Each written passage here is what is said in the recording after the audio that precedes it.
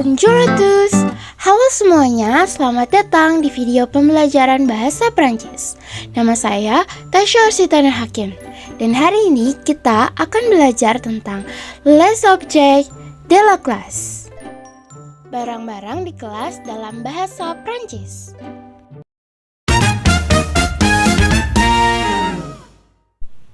Yang pertama, kita akan belajar connaître les objets dans la classe. Un chaise, kursi. Un table, meja. Un tableau, papan tulis. Un cartable, tas sekolah. Un horloge, jam dinding. Un stylo, pulpen. Un cahier, buku tulis. Un gomme, penghapus. Un taille crayon, penserut. Un crayon, pensil. Des crayons de couleur, beberapa pensil warna. Un règle, penggaris. Un livre, buku. Un porte, pintu.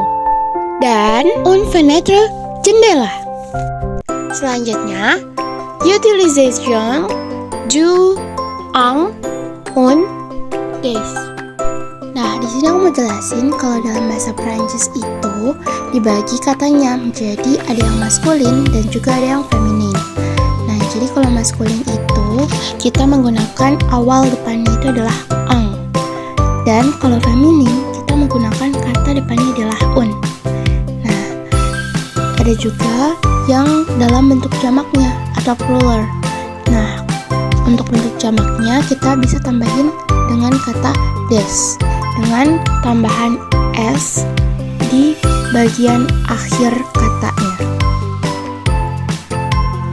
Nah, selanjutnya yang ketiga, le savoir parler les objets dans la classe, yaitu mengetahui cara berbicara tentang benda-benda di dalam kelas. Nah, di sini biasanya kita pakai cara menjawabnya yaitu dans la classe il y a. Contohnya, dans ma classe il y a une chaise. Dans ma classe il y a un tableau. Dans ma classe il y a une fenêtre. Nah, di sini ada yang disebut dengan artikel indéfini dan ada juga artikel défini. Maksud dari artikel indéfini yaitu artikel yang tak tentu. Sedangkan artikel défini yaitu adalah artikel yang tentu. Nah, example-nya itu adalah dans ma classe il y a le professeur et les élèves. Jadi kita tuh udah tahu kalau misalkan di dalam kelas itu ada profesor itu dan juga ada murid-murid itu yang udah kita kenal. Atau bisa juga dans ma classe il y a le tableau et la porte. Nah, jadi dasar penggunaannya itu apabila kata tersebut termasuk ke dalam maskulin, singular maskulin, atau yang depannya tuh ada ang-nya, dia harus ditambah dengan le.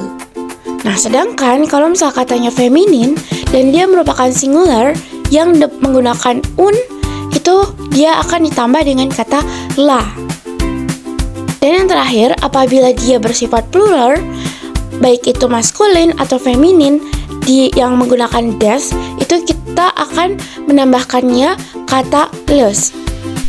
Nah, di sini kita bisa menarik kesimpulan bahwa perbedaan utamanya yaitu apabila ang, un, des itu digunakan untuk menyebut benda atau orang yang tidak spesifik atau belum diketahui. Sedangkan le, la, dan les digunakan untuk menyebutkan benda atau orang yang spesifik atau sudah diketahui. Nah, selanjutnya kita akan belajar tentang barang yang dimiliki atau kepemilikan dari seseorang. Nah, example, kalau misalkan ada yang nanya seperti ini. Vous avez un gomme? Apakah Anda punya sebuah penghapus? Nah, lalu kita bisa menjawabnya dengan oui, j'ai un gomme. Nah, di sini aku udah cantumin beberapa avoir atau kayak penggunaan subjeknya gitu.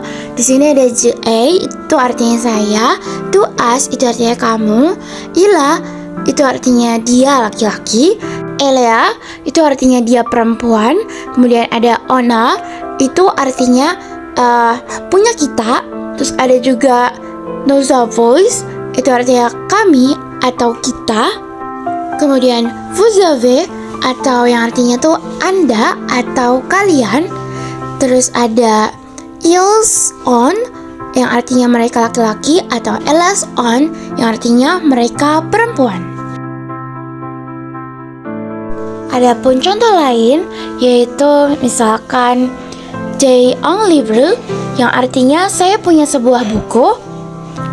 Tu as un stylo, kamu punya sebuah pulpen. Dan il a un cahier, dia laki-laki punya sebuah buku tulis. Yeay, sudah selesai. Cukup sekian video pembelajaran yang bisa aku sampaikan. Kurang lebihnya mohon maaf. Merci. Wassalamualaikum warahmatullahi wabarakatuh.